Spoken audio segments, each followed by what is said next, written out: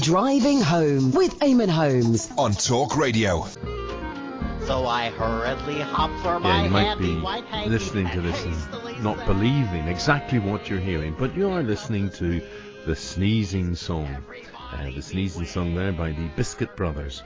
And the reason we're playing this is that if you suffer from itchy skin or runny nose, as described in the song there, you may be sorry to hear that an allergy to pets could be to blame if you have a pet.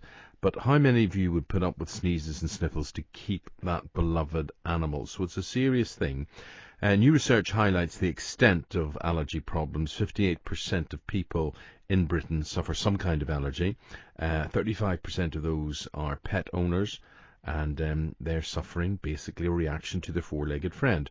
Allergy UK says Britain has some of the highest prevalence rates of allergic conditions in the world, and the number of sufferers is rising, with an estimated 2 million new ones added in just a year. So we're actually becoming less tolerant of animals, or the way animals are being bred. I mean, I presume we're talking mostly cats and dogs here.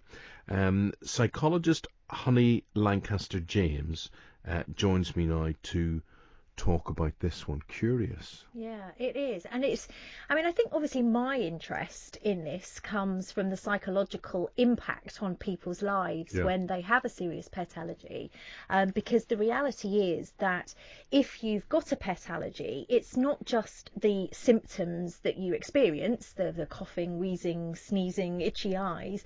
That's awful in itself, but it's also the impact that it can have on the rest of your life. So for example, this new research showed that so many people have actually even had to give up a beloved cat or dog because pet allergies have troubled them so much. Well, naturally, I see this. My brother Brian, who's probably listening to this program as he drives about, but my son, when I go back to Belfast, my son, he has a car that he says, look, Dad, you have my car when you go back, and the car's all clean and everything's good. And my brother Brian gets into the car and he's these terrible hay fever symptoms. Yeah. And the reason is, we then twigged on, he said to me, does your Declan keep his dog in this car? And of course he does. This little poodle-y thing goes about in the car with him. And when you see someone, it's easy to say it's a sniffle or a cough or a sore throat or whatever. I mean, I watch my brother and I think, oh my word, he couldn't possibly be in the same room as a dog. Really, it's that bad. It's that bad. Funnily enough, now you've mentioned it, it makes me think of an old boyfriend who always used to seem to sniff well, actually, yes. But he had a bit of a sniff and a bit of a kind of tick in his neck. Yeah. And I'm wondering now, I wonder whether he could have been allergic to my dog. Maybe he was allergic to me. I don't know. It didn't work out. maybe that's likely. Yeah. But we don't think about that, and then we do. And then, if you go that far and you say, this is just too bad, and you have a pet, and you have to make that decision, and you say, well, it's either the pet or me, and you make that decision to separate, that emotionally is very, very difficult to admit defeat. Yeah, absolutely heartbreaking, I think, when people have to make that decision. I mean, for me, I actually lost my dog about a year ago, and it was my first dog. Yeah, thank you. And it wasn't actually until I went through that myself that I realised the full extent of the grief that you feel when you lose a pet. That separation. Yeah, it was literally, I mean, there are people who, I don't know, who I'm related to, who I'd probably be less grief-stricken by.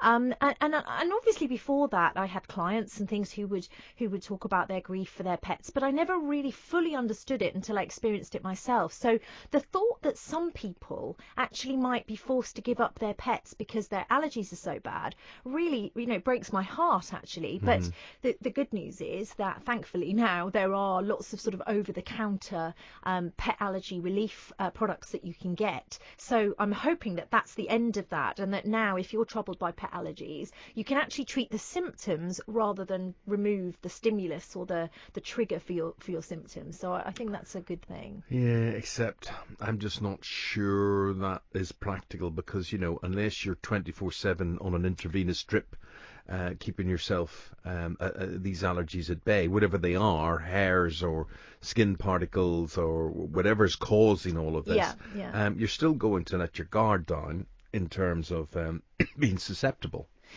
Yes, I take your point, but I think it would be particularly good for people. So, for example, if you're in a relationship, you're dating someone and they've got a pet that you're worried about, at least that way you can sort of get over that. Because I do know of people who have literally stopped seeing someone because of a pet. Because of this, Yeah, and also the other thing that really troubles me is, so for example, the elderly, we know that psychologically having a pet can really help to reduce loneliness among the elderly.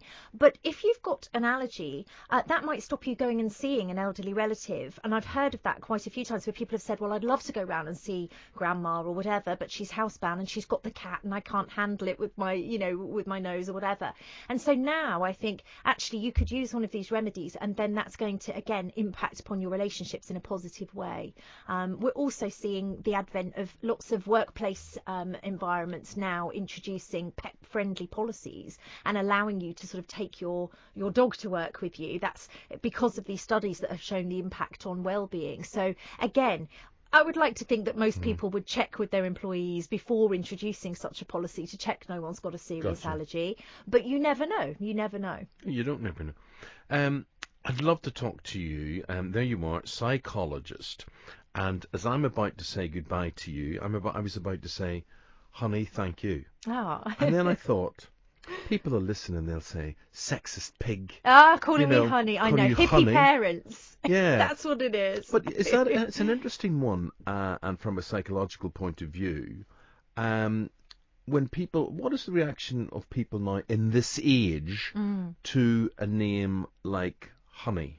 Well, funnily enough, it's often men who seem to be worried about it. Yeah. I think they do worry. They're like, oh, if I call you honey, like my wife might think I'm sort of being a bit fresh or, So occasionally that does happen. But most people who I work with sort of know that, sadly, I was stuck with it. It was in the 70s. My parents got married barefoot in a park, gave me a silly name, and then they got very sensible and I was stuck with it's a lovely name. It's just funny how things...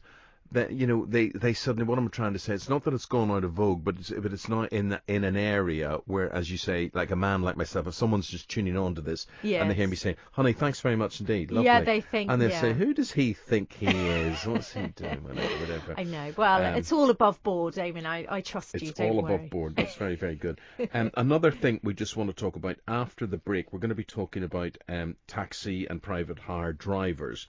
And there's a whole movement now underway of putting a CCTV. The Department of Transport is considering whether all taxis, all cabs, should have a CCTV looking at what's going on in the back seat. And my worry is recording what's going on in the back seat as well. Now, that would alter human behaviour, wouldn't it, getting in and out of cabs? Definitely it would. I mean, I have some Phone reservations calls, about that because of the fact that you do sometimes want to get in the back of a cab and have a private conversation while you're on your way to somewhere else. Obviously, some people might be doing, having other private little tete-a-tetes in the back of a cab. I mean, copping on is what you're talking about here. Well, I wouldn't have you've been out for an that. evening or whatever it is, and you're in the back of a cab, and somebody, you're going home, but you wouldn't want it on camera, would you? You would not want. That's very well put, honey. Honey being her real name, not honey anything else. But that's very interesting. You wouldn't want it on camera. Well, that's what we're going to be talking about next. Lovely talking to you. Please come back and see us again. I would love to. I only live around the corner from the studio, well, so easy to pop in. Book her. She's a cheap guest. She's very good. Honey Lancaster-James, who is a psychologist and only lives around the corner, which is great. Thank you very much. News in the half hour. Half 4, let's go to Kate. Talk Radio, half hour headlines.